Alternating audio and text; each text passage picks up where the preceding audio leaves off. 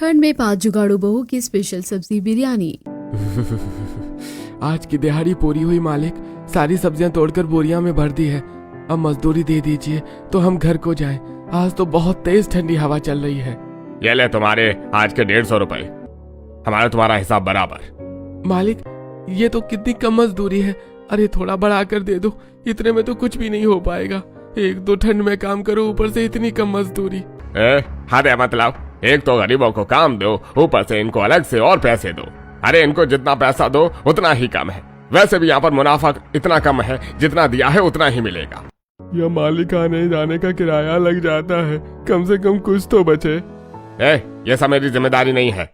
दरअसल चंद्रपुर गांव में रमेश 5 भाई और पत्नियां, बूढ़ी माँ और बीमार पिताजी के साथ रहता है। घर में 3 बच्चे भी हैं और उनके गांव में गरीबी की वजह से उन्हें कोई काम धंधा नहीं मिलता, इसीलिए उन्हें दूसरे गांव में काम करने के लिए जाना पड़ता है। आज सभी भाइयों को ठंड में कांपते हुए खेतों में सब्जियां बीनने के बाद सिर्फ 150 रुपए ही मजदूरी मिली। वो मजदूरी लेकर घर जा रहे थे, तभी दिनेश की नजर उन टोकरियों पर पड़ी जिनमें बची हुई सब्जियां रखी थी, जिन्हें देखकर, भैया अगर ये मजदूरी बढ़ाकर नहीं दे रहे हैं तो क्यों ना इनसे सब्जियां मांग ली जाए। हमारे बच्चे 3 दिन से लगातार दाल खा रहे हैं। रुक जा, मैं पूछता हूँ। अच्छा मालिक, अगर आप मजदूरी बढ़ाकर नहीं दे रहे हो तो मुझे इन टोकरियों में रखी सब्जियों में से ही कुछ सब्जियां दे दो। यार क्या नाटक है तुम लोगों का, एक तो तुम्हें काम भी दो और फिर ऊपर से दिहाड़ी के बाद तुमको सब्जी भी दो। अरे तुमको मांगने में शर्म आनी चाहिए, तुम लोग कमा तो रहे हो, उस दिहाड़ी से ले लेना सब्जियां। सुंदरलाल की फटकार सुनने के बाद पांचों भाई अपना सा मुंह लेकर वापस अपने गांव लौटने के लिए निकल जाते हैं और गांव दूर होने की वजह से एक ऑटो पकड़ते हैं। अरे ओ ऑटो वाले भैया, चंदपुर गांव चलोगे? हाँ चलूंगा, कितनी सवारी है? बस हम 5 भाई हैं, कितना किराया लोगे? भैया 10 रुपए सवारी है, कुल 50 रुपए किराया लगेगा। रात बहुत हो रही थी और ठंडी हवाएं चल रही थी। ठिठुरते हुए सभी भाई ऑटो में बैठ जाते हैं और रास्ते में, भैया हमें 150 रुपए दिहाड़ी मिली थी, जिसमें 50 रुपए किराए के लग गए। अब तो केवल 100 रुपए बचे हैं। इन 100 रुपए में से पिताजी की दवाई लेकर जानी है और घर में राशन भी नहीं है, घर का राशन भी लेकर जाना है, हम कैसे करेंगे? अरे तू चिंता मत कर, हम कर लेंगे। 50 रुपए की दवाई लेंगे और बाकी 50 रुपए में से दाल चावल और तेल खरीद लेंगे। बातें करते हुए उनका गांव आ जाता है और रात के समय तेज ठंडी हवाओं की वजह से कपकपाते हुए पांचों भाई ऑटो में से उतरते हैं और दवाई और राशन का सामान लेकर ठिठुरते हुए अपने घर पहुंचते हैं। और घर पहुंचकर, सीता हम लोग आ गए हैं, ये लो पिताजी की दवाई और घर का सारा राशन। आज मजदूरी कम मिली थी लेकिन आज रात का काम हो जाएगा। अरे आ गए आप लोग, बाहर बहुत ज्यादा ठंड है ना। एक काम करिए, आप सभी यहाँ बैठ जाइए, मैं चूल्हा जला देती हूँ, आप लोगों को थोड़ी गर्माहट मिल जाएगी। सीता जल्दी से सभी भाइयों के लिए चूल्हा जलाती है। तभी उसकी सास, बेटा तुम लोग दिन भर दिहाड़ी का काम करते हो, ठंड इतनी तेज हो गई है, तुम लोग कुछ मजदूरी बचाकर अपने लिए स्वेटर क्यों नहीं खरीद लेते? अरे हाँ माँ, जिस दिन दिहाड़ी बचेगी उस दिन जरूर खरीद लेंगे। हाँ पापा, मेरे लिए भी स्वेटर लेना, मेरा स्वेटर भी फट गया है, सभी मेरा मजाक उड़ाते हैं। हाँ बेटा, जिस दिन मजदूरी बचेगी उस दिन सबसे पहले तुम तीनों के लिए ही कपड़े आएंगे। उस छोटी सी झोपड़ी में सभी लोग आपस में बैठकर बात कर रहे होते हैं और सीता की सबसे छोटी देवरानी जो पेट से है वो रोटियां बना रही होती है। तभी सुनीता, ला प्रिया मुझे दे दे, और हर चूल्हे के पास से रोटियां मैं बना देती हूँ। हाँ प्रिया बेटा, आजा मेरे पास आकर बैठ जा। सुनीता के प्यार से कहने पर प्रिया चूल्हे के पास से हट जाती है। इसके बाद सुनीता चूल्हे पर रोटियां बनाती है। सीता बाहर आंगन में से उठाकर चूल्हे के लिए लकड़ियां लेकर आती है। गीता सबके बैठने के लिए चटाई बिछाती है। विनीता सबके लिए पानी भरती है और प्रिया सभी को खाना परोस देती है। सभी खाना खाकर सो जाते हैं और अगले दिन सुबह, माँ हम सभी मजदूरी पर जा रहे हैं, आज हो सका तो ज्यादा मजदूरी लाएंगे। ये ले बेटा, सीता बहू ने रात की बची हुई रोटियां बांध दी है, तुम लोग प्याज के साथ खा लेना। ठीक है माँ। पांचों भाई रोटी की पोटली लेकर घर से निकल जाते हैं और उनके बच्चे सोनू, मोनू और पिंकी घर के बाहर अपने दोस्तों के साथ खेल रहे होते हैं। तभी, बिरयानी ले लो बिरयानी, गर्मा गर्म चिकन बिरयानी, बिरयानी ले लो गरम गरम। अरे यार देख, फिर से बिरयानी वाले का ठेला आ गया, कितनी बढ़िया खुशबू आ रही है, मैं तो बिरयानी खाने के लिए जा रहा हूँ। यार मैं अपने पिताजी के साथ बिरयानी खाने के लिए जा रहा हूँ, आज तो बिरयानी ही खाऊंगा, कितना स्वाद लगती है इसकी बिरयानी। खेल के बीच में से अचानक एक एक करके सभी बच्चे बिरयानी खाने के लिए वहां से चले जाते हैं। तभी सोनू, मोनू और पिंकी घर आकर, माँ दादी हमें भी बिरयानी खानी है, हमें भी बिरयानी खाने के लिए पैसे दे दो। बेटा अभी हमारे पास पैसे नहीं है बेटा, जब पैसे होंगे तब तुम्हें बिरयानी जरूर खिलाएंगे। लेकिन माँ हमारे सभी दोस्त बिरयानी खाने के लिए गए हैं, हमें कम से कम आज तो बिरयानी खिला दो। लेकिन बेटा आज हमारे पास पैसे नहीं है, जब भी हमारे पास पैसे होंगे हम तुम्हें बिरयानी जरूर खिलाएंगे। पांचों बहुएं बच्चों को समझाकर फिर से खेलने के लिए भेज देती हैं। शाम का समय होता है, ठंड बढ़ जाती है और जब सभी भाई फिर से मजदूरी करके घर लौटते हैं और खाना खा रहे होते हैं तभी अरे बेटा, ये खांसी बढ़ती जा रही है। ये लो जी, उस कपड़े को मुंह पर रखकर खांसना, बच्चों को खांसी हो गई तो और मुसीबत पड़ जाएगी। रामलाल जी जानकी जी से कपड़ा लेते हैं और उस कपड़े को मुंह पर रखकर खांसने लगते हैं। खांसते खांसते अचानक उनके मुंह से खून आ जाता है और सीता ये सब देख लेती है। अरे देखिए जरा, पिताजी को खांसते खांसते अचानक उनके मुंह से खून आने लगा है। अरे राम रे, पिताजी को तो फिर से दमा का अटैक आया है। हमें पिताजी को तुरंत अस्पताल में भर्ती करना होगा। लेकिन हमारे पास इतने पैसे तो हैं ही नहीं, पिताजी को अस्पताल में भर्ती कैसे करेंगे? आप लोग पिताजी को अस्पताल ले जाने की तैयारी करो, पैसे मांग कर मैं लेकर आती हूँ। सीता भाभी आप भी मेरे साथ चलिए। दोनों बहुएं जल्दबाजी में अपने घर से निकलती हैं और पड़ोसन के घर जाती हैं। वहां जाकर दरवाजा खटखटाती हैं। कमला बहन दरवाजा खोलो। कमला बहन, हमारे पिताजी के मुंह से अचानक खून आने लगा है, उन्हें तुरंत अस्पताल में भर्ती करना पड़ेगा। हमें 20,000 रुपए की जरूरत है, उधार दे दो, मजदूरी मिलते ही चुका देंगे। ठीक है बहन, मैं पैसे दे देती हूँ, लेकिन ध्यान रहे 10 दिन के अंदर ही पैसे चुका देना। कमला बहन तुम चिंता मत करो, हम तुम्हारे पैसे 10 दिन में ही चुका देंगे, बस अभी हमारी मदद कर दो। कमला सीता और गीता को 20,000 रुपए उधार दे देती है, जिनसे अस्पताल में रामलाल जी का इलाज होता है और वो ठीक होकर घर लौट आते हैं। और घर आने के बाद, अरे मुझे माफ कर दो मेरे बच्चों, मेरी बीमारी की वजह से तो इतनी परेशानी हो गई। अगर मैं बीमार नहीं पड़ता तो मैं भी घर के खर्च में तुम्हारी मदद करता। अब तो हमारे ऊपर कर्ज भी हो गया है, हम कैसे चुकाएंगे? तुम चिंता मत करो पिताजी, हम लोग हैं ना, हम सब संभाल लेंगे, बस तुम आराम करो। रमेश अपने पिताजी से बात कर रहा होता है, तभी उनके टूटे फूटे घर के बाहर मकान मालिक आता है और अच्छा, अरे तुम लोगों के पास प्राइवेट अस्पताल में अपने बाप का इलाज करवाने के लिए पैसा है और मेरा किराया देने के लिए पैसा नहीं है। पिछले 3 महीने से तुम लोगों ने घर का किराया नहीं दिया। अब अगर मुझे किराया नहीं मिला तो तुम्हें घर खाली करना पड़ेगा। अरे भैया, कुछ दिनों की मोहलत दे दो, कुछ दिन तक रुक जाओ। अभी सर्दी की वजह से मजदूरी कम मिल रही है, जैसी मजदूरी अच्छी मिलेगी तुम्हारा सारा किराया चुका देंगे। अरे तुम लोगों को शर्म नहीं आती? पिछले 3 महीने से तुमने किराए का 1 रुपया नहीं दिया। अगर अब मुझे मेरा पैसा नहीं मिला तो तुम्हें निकाल कर बाहर फेंक दूंगा और दूसरा किराएदार रख लूंगा। मकान मालिक जोर जोर से चिल्ला रहा होता है। तभी हाँ भैया, सर्दी की वजह से इन लोगों को कभी मजदूरी मिलती है, कभी नहीं मिलती, पर तुम चिंता मत करो, जिस दिन मजदूरी अच्छी मिलेगी उसी दिन तुम्हारा सारा किराया चुका देंगे। अगर अगले महीने मुझे किराया नहीं मिला तो अपना सारा सामान तुम्हारा उठाकर बाहर फेंक देंगे। मकान मालिक गरजते हुए घर से चला जाता है। उसके बाद सभी बहुएं घर का काम निपटाती हैं, खाना बनाकर सबको खिलाती हैं और सभी सो जाते हैं। अगले दिन सभी मर्द लोग मजदूरी के लिए घर से निकल जाते हैं। पीछे से सभी बहुएं घर का काम निपटाती हैं। शाम के समय गीता, सुनीता, विनीता, मैं सोच रही हूँ क्यों ना हमारे पास जो कुछ पैसे बचे हैं उनसे बाजार से कुछ सब्जियाँ खरीद ले। बहुत दिन हो गए हैं दाल खाते खाते, बच्चे भी सब्जी खाकर खुश हो जाएंगे। माँ, हम लोग भी आप लोगों के साथ सब्जी लेने चलेंगे। सीता, गीता और सुनीता बच्चों के साथ सब्जी लेने जाती हैं। सब्जी मंडी में जाकर, भैया ये आलू कितने रुपए किलो है? और टमाटर, बैंगन, मटर, गोभी का अभी भाव बता देना। बहन जी, सर्दियों में सभी सब्जियां सस्ती मिल रही हैं। सारी सब्जियां 5-5 रुपए किलो हैं। अच्छा तो ठीक है, एक काम करो, सारी सब्जियां आधा किलो दे दो।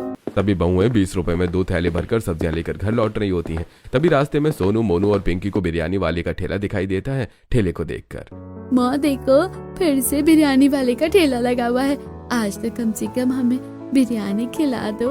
बेटा, आज हमारे पास पैसे नहीं बचे हैं, हमने सारी सब्जियां खरीद ली, अगली बार जब पैसे होंगे तो मैं बिरयानी जरूर खिलाऊंगी। माँ आप हमेशा ऐसे कहती हो, जब भी हम बिरयानी खाने के लिए कहते हैं आपके पास पैसे खत्म हो जाते हैं। तीनों बच्चे अपना मुंह फुला लेते हैं, लेकिन जैसे तैसे सीता उन्हें समझाकर घर लेकर आती है और घर पर सीता सब्जियां साफ करती है। विनीता और गीता सब्जी बनाने की तैयारी करती हैं और प्रिया और सुनीता रोटी बनाती हैं। सभी अपने काम में लगे होते हैं। तभी मकान मालिक फिर से आता है। अरे क्या हुआ, मेरे किराए का इंतजाम किया या नहीं? आज तो मैं किराया लिए बिना यहाँ से जाऊंगा ही नहीं। कल कहा था ना कि हमारे पास अभी किराया देने के लिए पैसे नहीं है, जब पैसे होंगे हम तुम्हें तुम्हारा किराया दे देंगे। हाँ, और ये जो तुम्हारे घर की दीवारें टूट रही हैं, जरा इन्हें सुधरवा दो, कितनी ठंड लगती है इसमें और हवा भी कितनी आती है। अच्छा, इस घर में मैं रह रहा हूँ या तुम लोग रह रहे हो? तुम लोग इस घर को सुधार भी नहीं सकते। अरे एक तो किराया नहीं देते, ऊपर से शिकायत करते हो। तुम जैसे गरीब लोगों को तो घर किराए पर देना ही नहीं चाहिए। अगर मुझे कल तक किराया नहीं मिला तो तुम्हें घर से निकाल दूंगा। मकान मालिक फिर से चिल्लाकर चला जाता है। उसके बाद सभी बहुएं खाना बनाती हैं और आदमियों के घर आने पर उन्हें खाना खिलाती हैं। खाना खाने के बाद हे भगवान, आज तो बहुत ज्यादा ठंड लग रही है। एक तो वैसे ही बाहर इतनी ठंड है, दूसरी इस झोपड़ी में जगह जगह से ठंडी हवाएं अंदर आ रही है। पता नहीं इस बार की सर्दी में क्या होगा। माँ पिताजी आप लोग चिंता मत करो, हम लोग कोई ना कोई जुगाड़ जरूर देख लेंगे। भाभी मैं सोचती हूँ कि क्यों ना हमारे घर में जितनी भी फटी हुई तिरपाल और पॉलिथीन रखी है इन्हें हम दीवारों पर लगा दें, जिससे कम से कम बाहर की ठंडी हवा घर के अंदर आना तो बंद हो जाएगी। हाँ, बहुत अच्छी तरकीब है, यही करते हैं। कम से कम बाहर की इतनी तेज हवा से तो छुटकारा मिलेगा। इसके बाद सभी बहुएं मिलकर थोड़ा थोड़ा जुगाड़ लगाती हैं और जुगाड़ से पूरे घर को पॉलिथीन लगाकर पैक करना शुरू कर देती हैं। भाभी इन लोगों को कभी मजदूरी मिलती है कभी नहीं मिलती, और घर का खर्च चलाना मुश्किल हो गया है, तो क्यों ना हम लोग भी आपस में मजदूरी करने चले।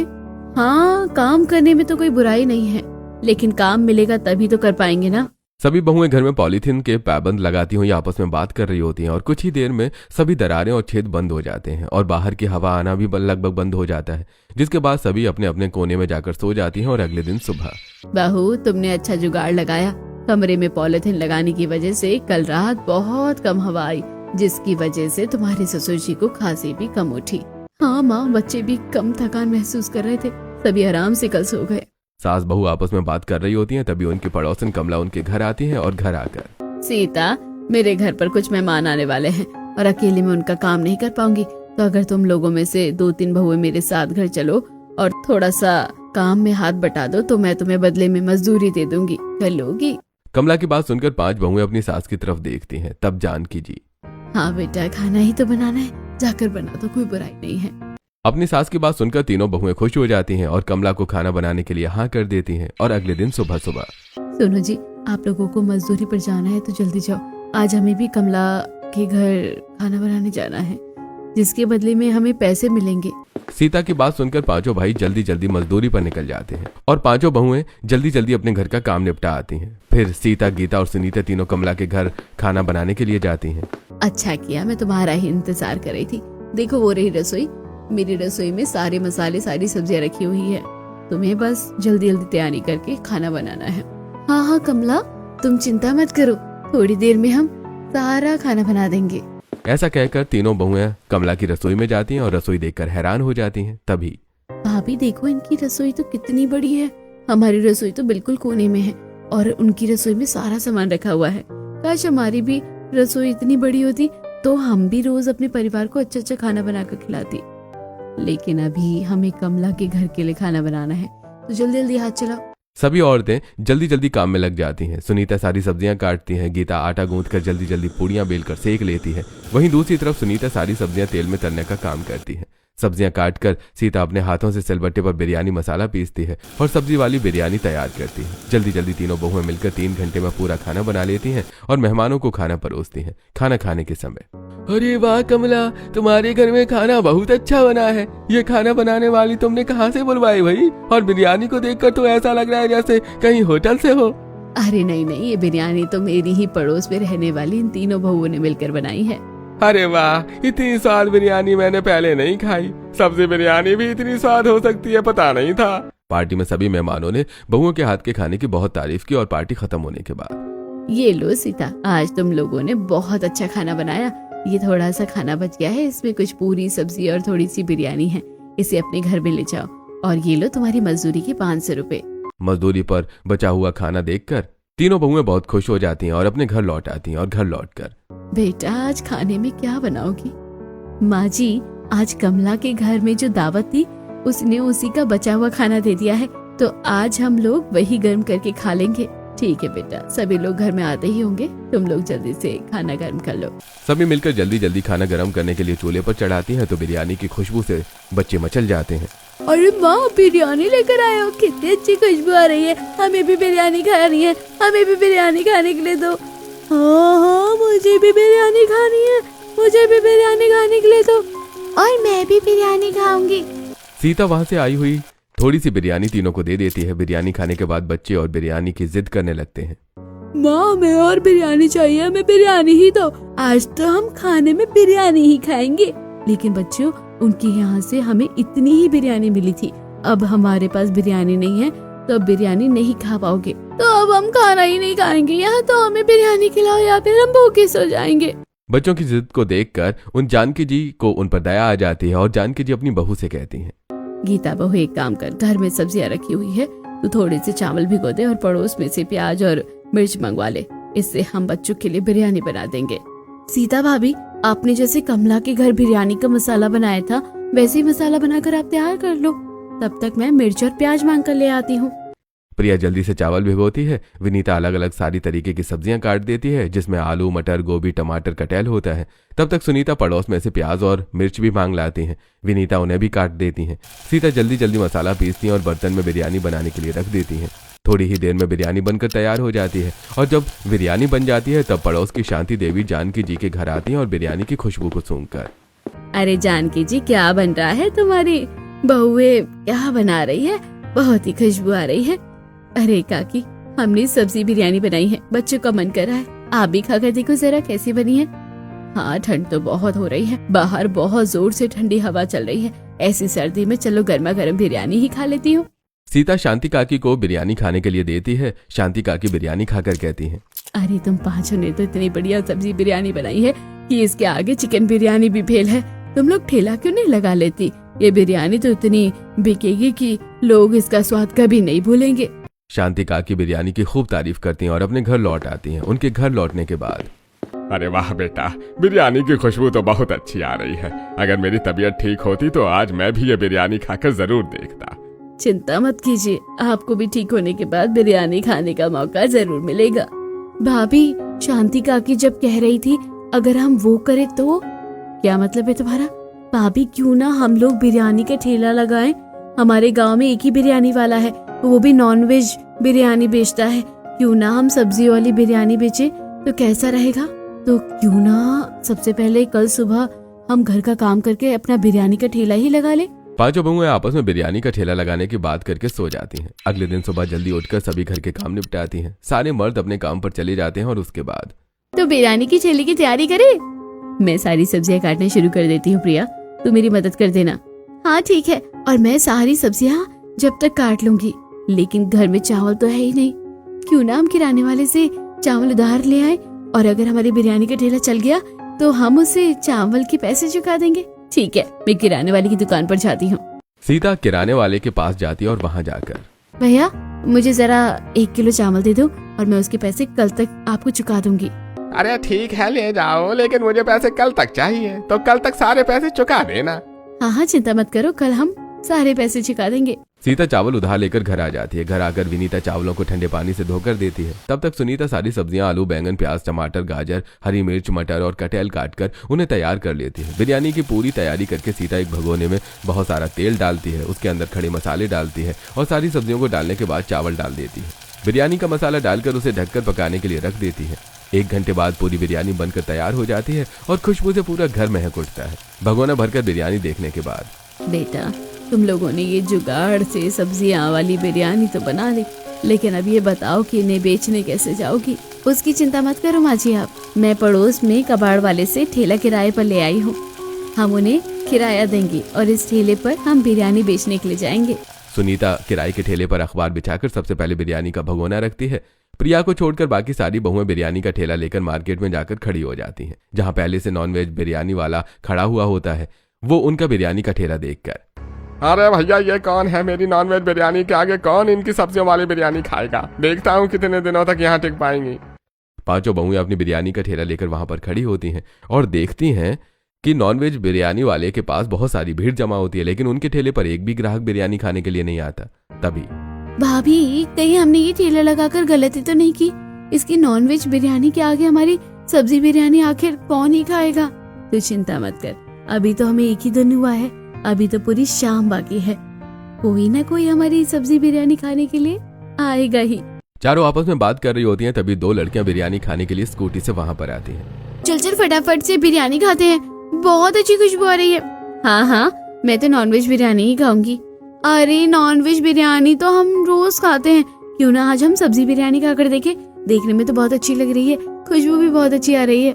दोनों लड़कियां उन चारों बहुओं के सब्जी बिरयानी वाले ठेले पर आती हैं और बिरयानी लेकर खाती हैं। और बिरयानी खाने के बाद, अरे वाह, ऐसी बिरयानी तो मैंने आज तक नहीं खाई, ये तो नॉनवेज बिरयानी से भी बहुत ज्यादा अच्छी है। हाँ तूने सही कहा, ये तो सच में बहुत ही कमाल की लग रही है। अब तो मैं हर रोज यही सब्जी बिरयानी खाऊंगी।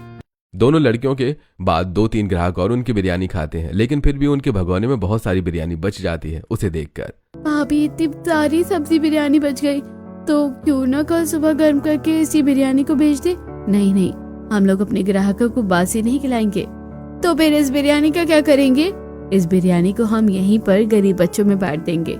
चारों बहुएं अपनी बची हुई सब्जी बिरयानी को सभी गरीबों में बांट देती हैं। बाकी बिरयानी घर लाकर अपने परिवार को खिला देती हैं। अगले दिन सुबह सुबह फिर से 5 बहुएं बिरयानी बनाने की तैयारी करती हैं। आज तो घर में बिरयानी बनाने के लिए सब्जियां भी नहीं है।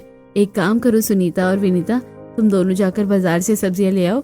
चावल तो कल के बचे हुए रखे हैं और मसाला भी है। सुनीता और विनीता दोनों मिलकर सब्जियां खरीदने के लिए जाती हैं और दोनों बाजार से देख देख कर अच्छी सब्जियां लेकर आती हैं। घर आकर देखो भाभी, हम ये गोभी, मटर, कटहल, आलू, गाजर, शिमला मिर्च लेकर आए हैं। आज हम इन सबको मिलाकर बिरयानी बनाएंगे। ठीक है भाभी, लाइए मैं प्याज, टमाटर और हरी मिर्च काट देती हूँ। ठीक है, मैं बाकी की सब्जियां काट कर लाती हूँ। तुम लोग सब्जियां काट काट कर दो, मैं उन्हें तड़का देने का काम करूंगी। ठीक है, मैं बाकी के घर के सारे काम कर लेती हूँ और ठेले को भी तैयार कर लेती हूँ। तब तक गीता भाभी आप सब्जी बिरयानी बनाने का काम करो। पांचों जल्दी जल्दी हाथ चलाती हैं और 2 घंटे की मेहनत के बाद मिलकर फिर से एक भगोना भरकर सब्जी बिरयानी तैयार कर देती हैं। आज उनकी बिक्री पहले से कई गुना ज्यादा होती है। इसी तरह कई दिन बीतते हैं और कुछ दिन बाद अरे बहन जी, मुझे पहले 1 प्लेट बिरयानी दे दो। अरे नहीं नहीं, मुझे दो, बिरयानी मैं खाऊंगा सबसे पहले बिरयानी। चारों बहुओं के ठेले पर बहुत सारी भीड़ लगी होती है, जिसे देखकर हे भगवान, ऐसे ही अगर इन लोगों के ठेले पर लगातार भीड़ बनती रही तो मेरी तो बिरयानी को कौन ही खाएगा। बिरयानी वाला अपने मन में यही सोच रहा होता है कि तभी एक ग्राहक, अरे भैया, तुम्हारी बिरयानी तो अब लोगों की जुबान से उतर चुकी है। अब तो सभी लोग वेज बिरयानी खाते हैं।